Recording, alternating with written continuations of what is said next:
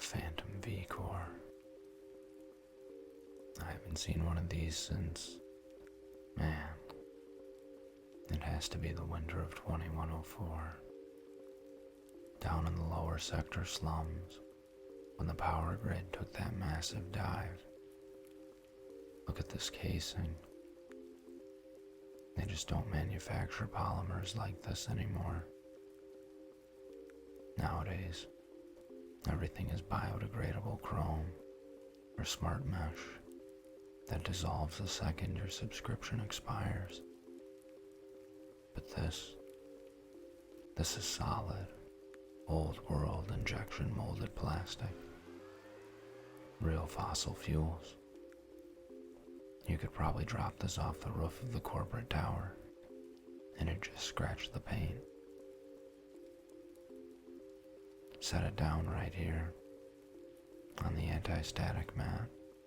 Don't worry about the grease. The workbench automatically cleans itself every hour.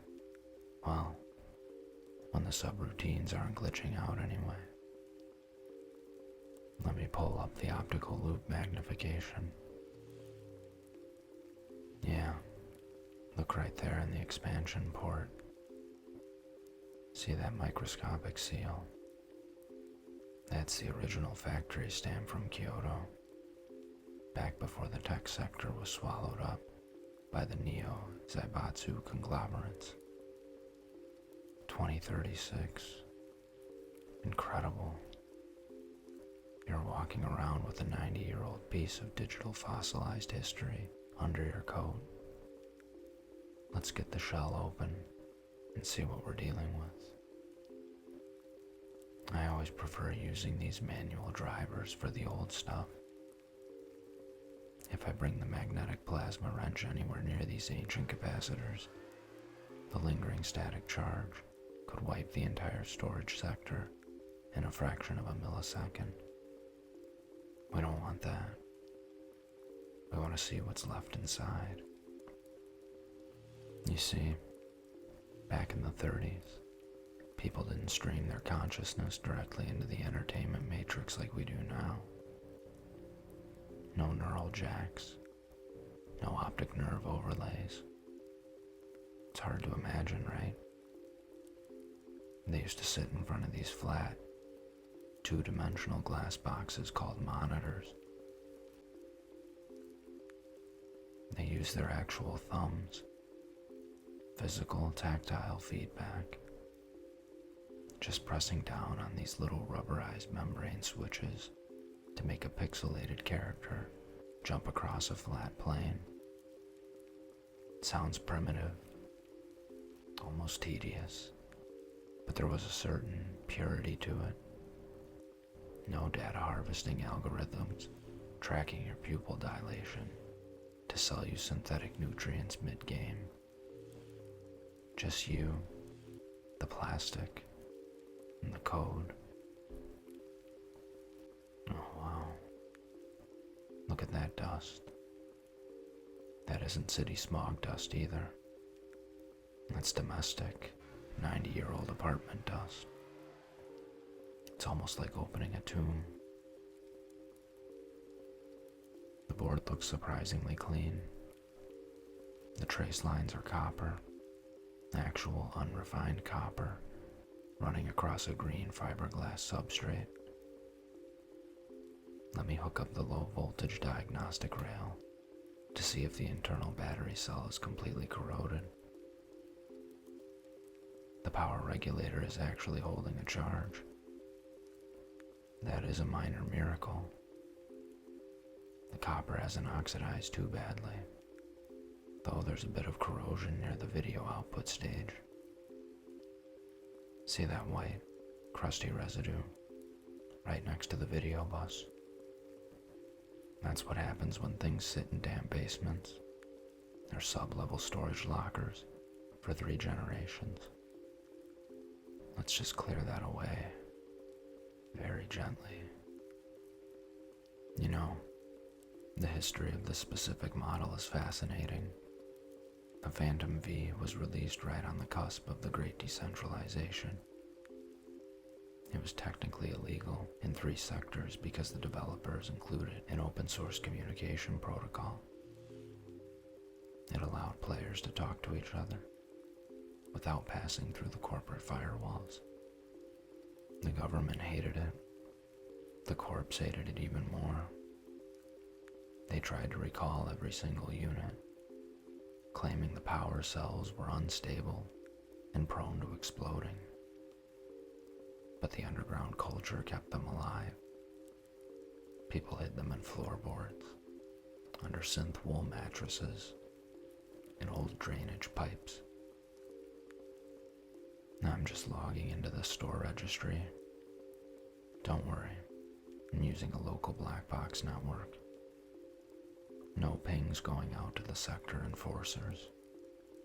If they knew an operational 2030s encryption-capable processor was sitting on my bench, we'd have a drone hovering outside that window within 2 minutes. Let's talk numbers for a second, because I know you didn't bring this through a midnight downpour just to get a history lesson from a rambling old grease monkey. If I keep this as a pawn trade, man, it's a gamble. The market for pure retro hardware is incredibly fickle these days. The collectors in the upper spires, the ones with more credits than cents, they usually want the pristine stuff. The units still sealed in the original cardboard boxes with the hollow foil stickers intact. This one has character. It has a story. But story doesn't always pay the electric bill for this shop. And I tell you what, I can offer you 2,000 credits up front, right now, as a straight purchase. Or, if you want to leave it here on a repair and hold contract, I can replace these faulty capacitors, clean out the optical drive, and see if we can actually get a game cartridge to boot up. If we get it working, truly working, the value triples. But the parts aren't cheap. I'd have to trade a local scrap merchant for some period-accurate solder and a replacement video interface chip. What do you think? Do you want the quick credits to pay off your local grid fees? Or do you want to see if this old machine still has some life left in it? You want to fix it? Yeah, I knew you were going to say that. There is a look people get when they carry something this old into my shop. You don't bring a piece of your past or your family's past into a place like this to turn it into digital chits. You want to hear the fans spin up. You want to see the lights blink. Let me grab my micro soldering iron. This will only take a few minutes. I'm going to drop a fresh bead of lead-free alloy onto the main power rail. It's peaceful doing this while the rain pours outside. The city out there moves so fast. Everyone is constantly upgrading, replacing, discarding. If your cyber arm is 6 months old, you're obsolete. If your neural interface doesn't support the latest data stream, you're left behind. But back here, time kind of stops. We're looking at a machine that someone loved. Someone sat in a room decades ago, maybe looking out at a completely different skyline, and they felt the exact same excitement playing their favorite game that we feel when we escape into the Matrix today. Maybe even more, because they weren't forced to do it. It was a choice. Alright, the solder is set. The connections are solid. The housing is clean Let's slide the top cover back on. I happen to have an old diagnostic testing display over here, under the stack of optical drives. Let me clear some space. Let's plug in the power ribbon. 1, 2, and the video line, 3. Alright. Go ahead and press that primary power button. It's the square one on the left. Give it a firm push. Look at that. The tiny green light on the front panel. It's actually glowing. It isn't flickering. It's a solid, beautiful, steady emerald green. The monitor is picking up the signal. The screen is changing from black to that old school cathode ray gray. Look at the logo starting to form across the screen. It works. It actually works.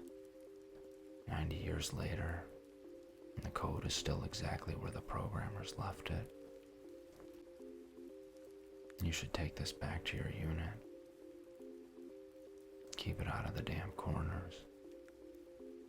Keep it hidden from the scanning drones and just enjoy it. You have a little piece of an era when humanity still kept its memories on things they could hold in their hands